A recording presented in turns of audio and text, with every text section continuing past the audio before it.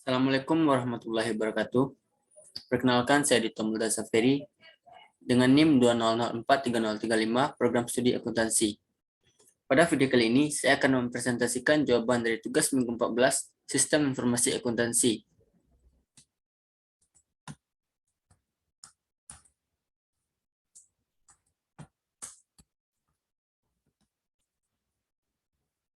Soal pertama, pertanyaan diskusi 11.1 buku Romni. Pengauditan sebuah sistem informasi akuntansi secara efektif mensyaratkan seorang auditor memiliki beberapa pengetahuan tentang komputer dan aplikasi-aplikasi akuntansinya. Meski demikian, persyaratan tersebut tidak memungkinkan setiap auditor untuk menjadi seorang pakar komputer. Diskusikan tingkatan mana yang seharusnya dimiliki auditor terkait keahlian komputer untuk menjadi auditor yang efektif. Karena sebagian besar organisasi menggunakan ekstensif sistem berbasis komputer dalam memproses data, keahlian komputer harus tersedia dalam kelompok audit organisasi. Keahlian tersebut harus meliputi 1. Pengetahuan luas tentang perangkat keras komputer, perangkat lunak, komunikasi data, dan aplikasi akuntansi. 2. Pemahaman terperinci tentang kebijakan dan prosedur kontrol yang sesuai dalam sistem komputer. 3. Kemampuan membaca dan memahami dokumentasi sistem. 4. Pengalaman dalam merencanakan audit komputer dan dalam menggunakan alat dan teknik audit berbantuan komputer modern. Namun, tidak semua auditor perlu memiliki keahlian dalam semua bidang ini. Tentu saja ada beberapa tingkat minimum keahlian komputer yang sesuai untuk dimiliki semua auditor, termasuk pemahaman tentang perangkat keras komputer, perangkat lunak, aplikasi akuntansi, dan kontrol. Kemampuan untuk memeriksa semua elemen sistem informasi akuntansi yang terkomputerisasi, dan kemampuan untuk menggunakan komputer sebagai alat untuk mencapai tujuan audit ini. 2. Pertanyaan diskusi 11.2.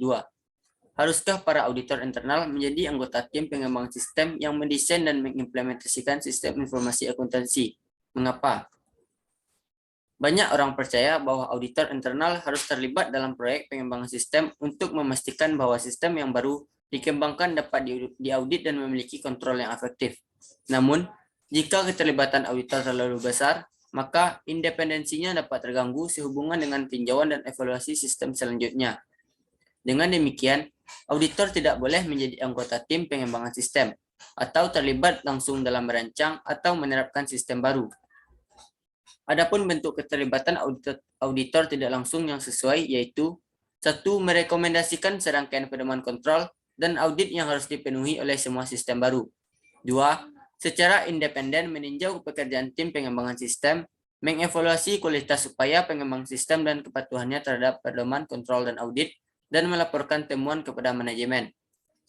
Dalam kedua kasus tersebut, auditor bekerja melalui manajemen daripada dengan tim pengembangan sistem. 3. Pertanyaan diskusi 11.6.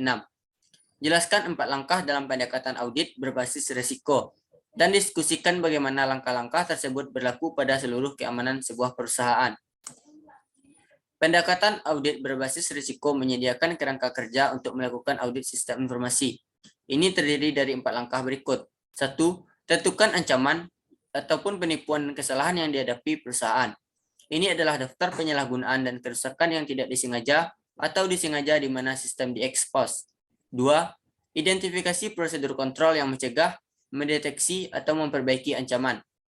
Ini semua adalah kontrol yang telah dilakukan manajemen dan auditor harus meninjau dan menguji untuk meminimalkan ancaman. 3. Mengevaluasi prosedur kontrol. Kontrol dievaluasi dengan 2 cara, yaitu yang pertama, tinjauan sistem menentukan apakah prosedur kontrol benar-benar ada. Kedua, tes kontrol dilakukan untuk menentukan apakah kontrol yang ada berfungsi sebagaimana dimaksud. 4. Mengevaluasi kelemahan kontrol untuk menentukan pengaruhnya terhadap sifat, waktu, atau luas prosedur audit. Jika auditor menentukan bahwa risiko pengendalian terlalu tinggi karena sistem kontrol tidak memadai, auditor mungkin harus mengumpulkan lebih banyak bukti yang lebih baik, atau bukti yang lebih tepat waktu. Adapun kelemahan kontrol di satu area mungkin dapat diterima jika ada kontrol kompensasi di area lain. Pendekatan berbasis risiko ini memberikan auditor pemahaman yang lebih jelas tentang keamanan keseluruhan perusahaan, termasuk penipuan dan kesalahan yang dapat terjadi di perusahaan. Ini juga membantu mereka memahami risiko dan paparan terkait. Selain itu, Ini membantu mereka merencanakan cara menguji dan mengevaluasi kontrol internal, serta bagaimana merencanakan prosedur audit selanjutnya. Hasilnya adalah dasar yang kuat untuk mengembangkan rekomendasi kepada manajemen tentang bagaimana sistem kontrol sistem informasi akuntansi harus ditingkatkan. 4. Permasalahan 11.1 yang diminta adalah, akankah Anda akan menerima atau menolak hal-hal berikut? A. Rekomendasikan agar departemen Anda bertanggung jawab untuk peraudit atas faktur pemasok. B. Permintaan agar Anda membuat saran selama pengembangan sistem. C. Permintaan agar Anda membantu dalam pemasangan sistem dan menyetujuinya setelah melakukan pemeriksaan akhir. A. Audit internal seharusnya tidak bertanggung jawab atas audit awal pencairan. Objektivitas sangat penting untuk fungsi audit, dan auditor internal harus independen dari aktivitas yang harus mereka review. Mereka tidak boleh menyiapkan catatan atau terlibat dalam aktivitas apapun yang dapat membahayakan objektivitas dan independensi mereka. Lebih lanjut, karena audit internal adalah fungsi staf, keterlibatan dalam fungsi ini seperti itu tidak akan sejalan dengan peran yang tepat dari auditor internal. B. Akan menguntungkan bagi audit internal untuk membuat saran khusus selama fase desain mengenai kontrol dan jejak audit yang akan dibangun ke dalam sistem. Audit internal harus membangun antarmuka yang sesuai dengan Departemen Pemrosesan Data untuk membantu mencapai tujuan ini. Baik objektivitas maupun independensi tidak akan terganggu jika auditor membuat rekomendasi untuk pengendalian dalam sistem yang sedang ditinjau. Misalnya, berikan daftar persyaratan kontrol, tinjau rencana pengujian, tentukan bahwa ada standar dokumentasi dan yang diikuti, dan menentukan bahwa proyek itu sendiri terkendali dan ada sistem untuk mengukur kemajuan desain. Namun, audit internal harus menahan diri dari partisipasi aktual dalam desain sistem. C. Auditor harus tetap independen dari sistem apapun yang kemudian akan mereka audit. Oleh karena itu, auditor harus menahan diri untuk tidak memberikan persetujuan keseluruhan terhadap sistem dalam tinjauan akhir. Auditor dapat membantu dalam pemasangan atau konversi sistem dengan terus menawarkan saran untuk pengendalian, terutama selama periode implementasi. Dalam situasi ini, auditor dapat meninjau segmen yang hilang, hasil pengujian, dan kecukupan dokumentasi program dan prosedur untuk menentukan kesiapan sistem untuk instalasi atau konversi. Setelah pemasangan atau konversi, auditor dapat berpartisipasi dalam audit pasca pemasangan, baik sendiri atau sebagai bagian dari tim. 5. Permasalahan 11.2. Apakah Anda melupakan sebuah langkah audit yang penting?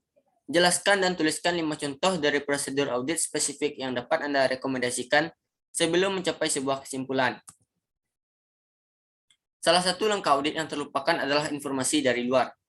Karena auditor harus mendapatkan bukti yang tepat dan cukup, sehingga risiko kesalahan penyajian material dapat diminimalkan. Hal ini dapat dicapai dengan bukti-bukti yang berkaitan dengan pengetahuan tentang klien, informasi dari luar perusahaan, sistem akuntansi, dan juga kualitas pengendalian internal. Adapun 5 contoh prosedur audit tertentu yang mungkin saya rekomendasikan sebelum mencapai kesimpulan akhir adalah: A. Inspeksi mencakup pemeriksaan atas catatan atau dokumen baik internal maupun eksternal dalam bentuk kertas, elektronik, atau media lain, atau pemeriksaan fisik atas suatu aset. B. Observasi merupakan pengamatan langsung terhadap proses kinerja dalam suatu perusahaan. C. Konfirmasi eksternal merupakan informasi dari pihak ketiga yang sudah mahir di bidangnya dan merupakan pihak yang independen terhadap perusahaan. D.